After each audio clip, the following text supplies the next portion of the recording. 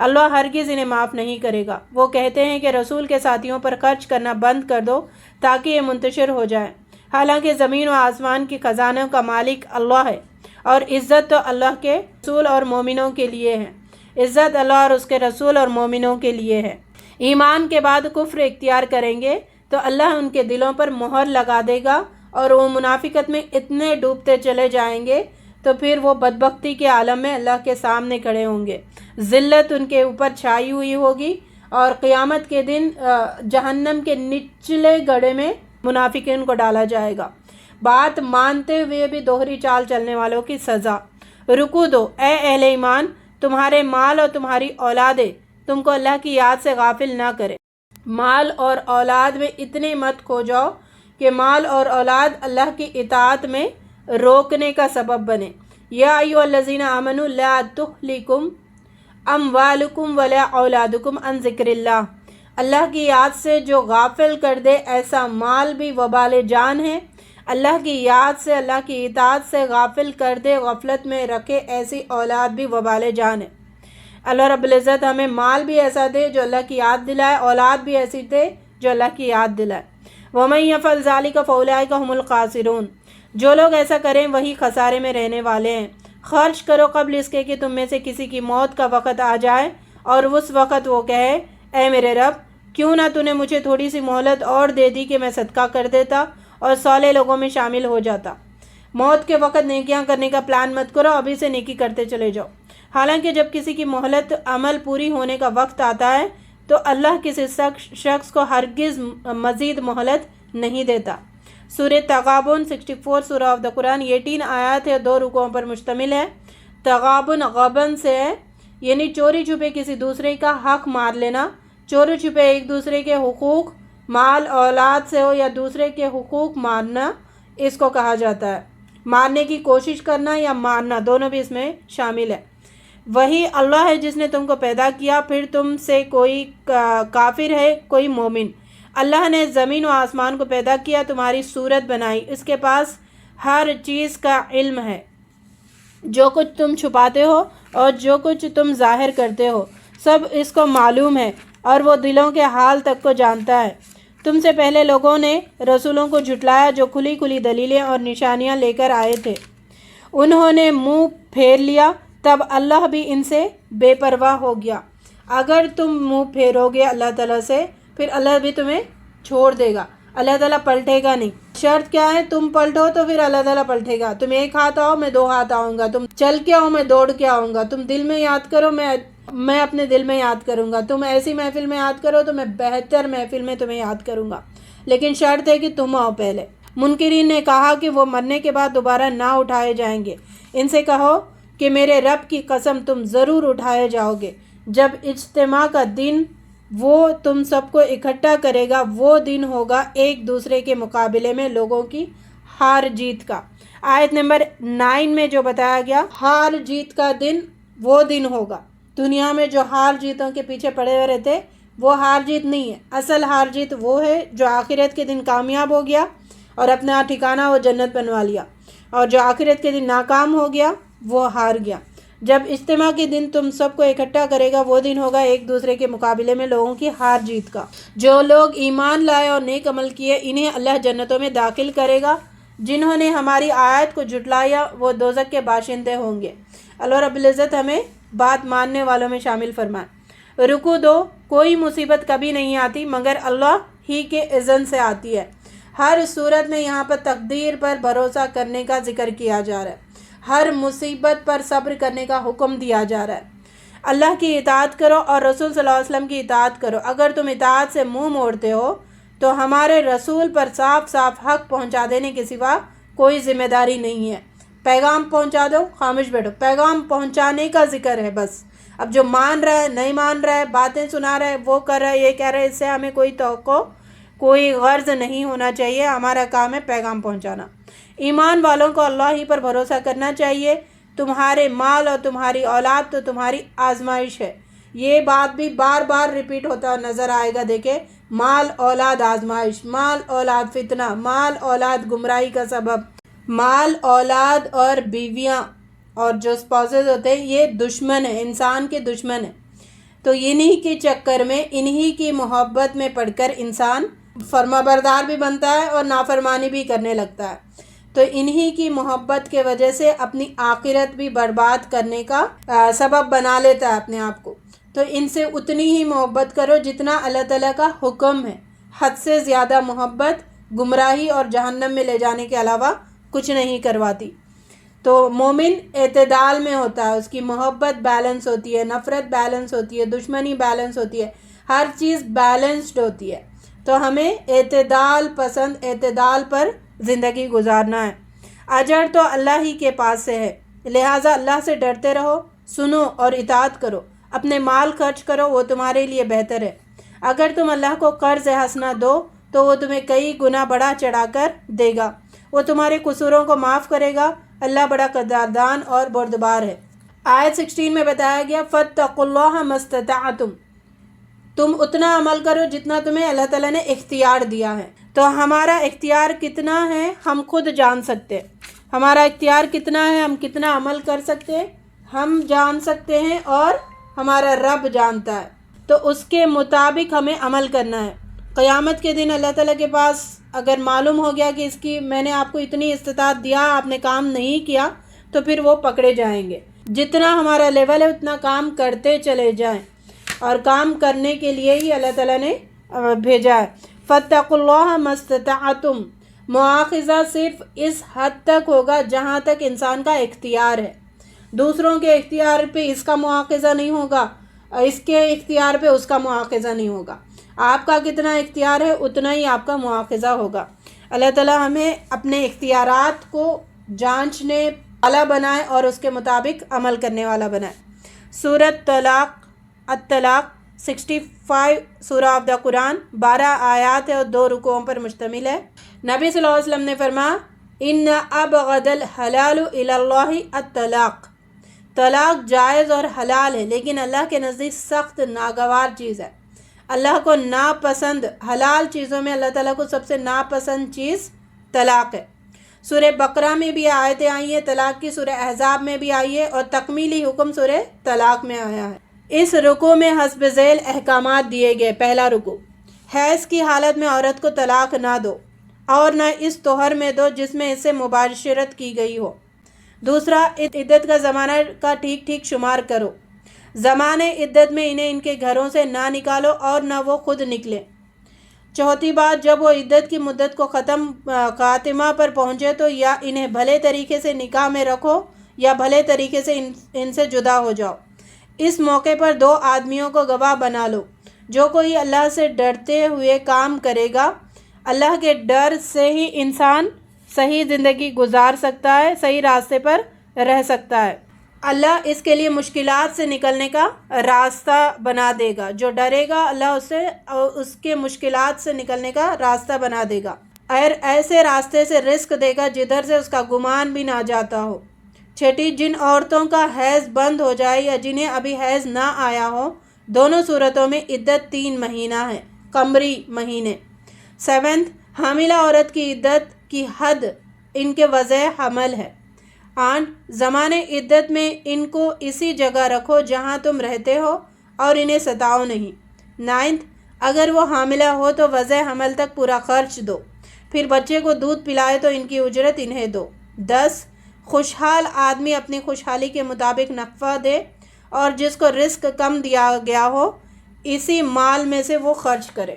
رکوع 2، کتنی ہی بستیاں ہیں جنہوں نے اللہ اور اس کے رسول سے سرتابی کی تو ان کی بری طرح سزا دی گئی ہے، اور اللہ نے ان کے لیے آخرت کا عذاب مہیا کر رکھا ہے. اے لوگو جو ایمان لائے ہو، اللہ نے تمہاری طرف ایک نصیحت نازل کی ہے، رسول جو اللہ کی صاف صاف ہدایت دینے والی آیات سناتا ہے تاکہ ایمان والوں اور نیک عمل کرنے والوں کو تاریکیوں سے نکال کر روشنی میں لے آئے. ایمان لانے والے اور نیک عمل کرنے والے جنتوں میں داخل کیے جائیں گے. ربنا اجعلنا منہم. اللہ وہ ہے جس نے 7 آسمان بنائے اور زمین کی مثل اور زمینیں، اور ہر چیز پر قدرت رکھتا ہے. طلاق کا پروسیجر، طلاق 2 مرتبہ ہے. الطلاق مرتان، حیض کے بعد کے دنوں میں جس میں جماع نہ کیا گیا ہو، انٹرکورس نہ کیا گیا ہو، اس میں طلاق دیں، طلاق کہیں پھر 3 months ویٹ کرے. 3 months اس کی عدت ہے، یعنی 4 months رکنا ہوگا پہلے طلاق کمپلیٹ ہونے کے لیے. تو فرسٹ منتھ میں طلاق دینا ہے، 3 months عدت ہے. 3 months کے ختم ہونے کے پہلے اگر اس نے رجوع کیا تو ٹھیک ہے، ورنہ ایک طلاق واقع ہو جاتی ہے. پھر طلاق بائن بن جاتا ہے، دونوں الگ ہو جاتے ہیں. پھر اگر اکٹھا رہنا ہے تو نیا نکاح اور نیا مہر کے ساتھ پھر وہ دونوں اکٹھا رہ سکتے ہیں. اگر اس کو دوسری طلاق دینا ہے تو پھر پاک دنوں میں جس میں جمع نہ کیا گیا ہو اس میں طلاق دیں. پھر 3 months ویٹ کریں. پھر یہ 3 months گزر جاتے ہیں عدت کے، یعنی پورا 4 months کا پیریڈ.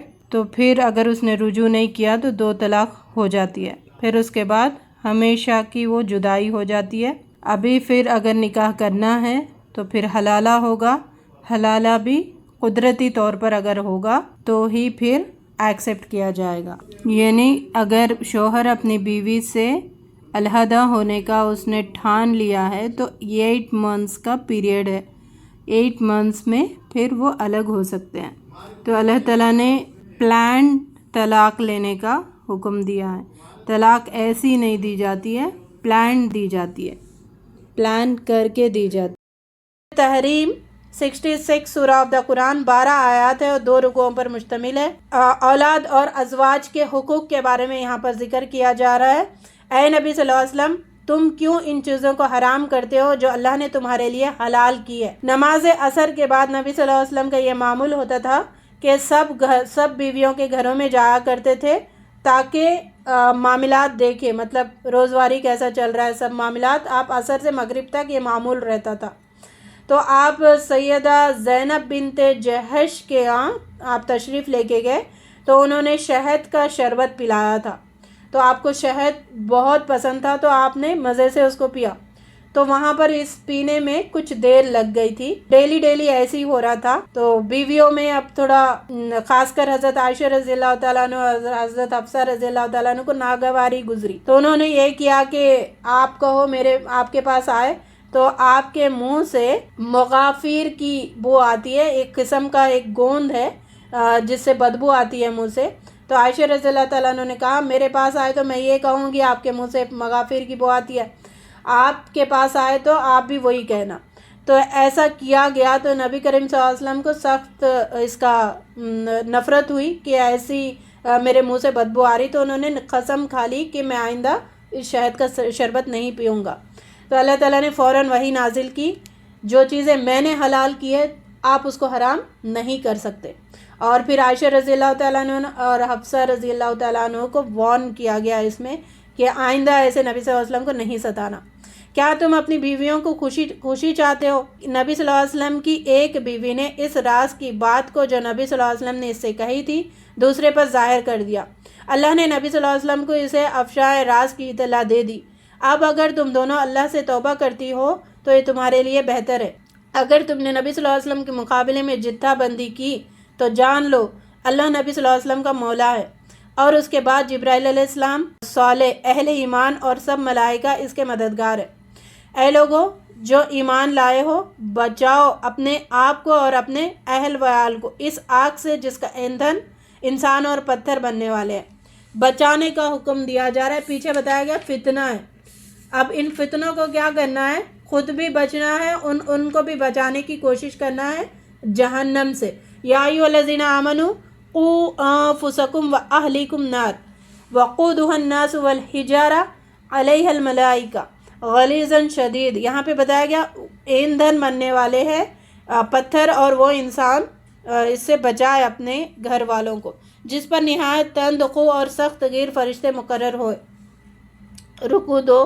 اے اہل ایمان، اللہ سے توبہ کرو، خالص توبہ. اللہ تمہاری برائیاں دور کر دے گا اور جنت میں داخل کرے گا. اس دن اہل ایمان کا نور ان کے آگے آگے اور ان کے دائیں جانب دوڑ رہا ہوگا. اللہ رب العزت ہمیں ان اہل ایمان میں شامل فرمائے. اے نبی صلی اللہ علیہ وسلم، کفار اور منافقین سے جہاد کرو، ان کے ساتھ سختی سے پیش آؤ. نوح علیہ السلام، لوط علیہ السلام کی بیویاں ہماری 2 صالح بندوں کی زوجیت میں تھی، مگر انہوں نے شوہروں سے خیانت کی. ان سے کہہ دیا گیا جاؤ آگ میں جانے والوں کے ساتھ تم بھی شامل ہو جاؤ. اہل ایمان کے لیے فرعون کی بیوی اور عمران کی بیوی 4 عورتوں کا ذکر کیا ہے جو 2 نبیوں کے ساتھ تھی لیکن کافرہ تھی۔ ایک آسیہ علیہ السلام کا ذکر آتا ہے جو فرعون کے ساتھ تھی، بدبختی کے ساتھ تھی لیکن نیک تھی، اور ایک عمران کی بیٹی مریم علیہ السلام کا ذکر کیا جاتا ہے۔ دیکھیں یعنی ہم اگر کوئی بھی آپشن اللہ تعالیٰ کو بہانہ کریں گے نا، قیامت کے دن اللہ تعالیٰ سیم اپنی حالت جیسی عورت کو لا کے کھڑا کر دیں گے، اس کی بھی تیری حالت تھی لیکن اس نے میری فرما برداری کی، تو کیوں نہیں کی، یہ سوال کیا جائے گا۔ فرعون کی بیوی نے دعا کی، اے میرے رب میرے لیے جنت میں گھر بنا دے، رب ابنی لی عندک بیتن فی الجنہ، یہ ان کی دعا ہے، مجھے فرعون اور اس کے عمل سے بچا لے اور ظالم قوم سے مجھ کو نجات دے۔ مریم علیہ السلام نے اپنی شرمگاہ کی حفاظت کی تھی، اس نے اپنے رب کے ارشادات اور اس کی کتابوں کی تصدیق کی اور وہ اطاعت گزار لوگوں میں تھی۔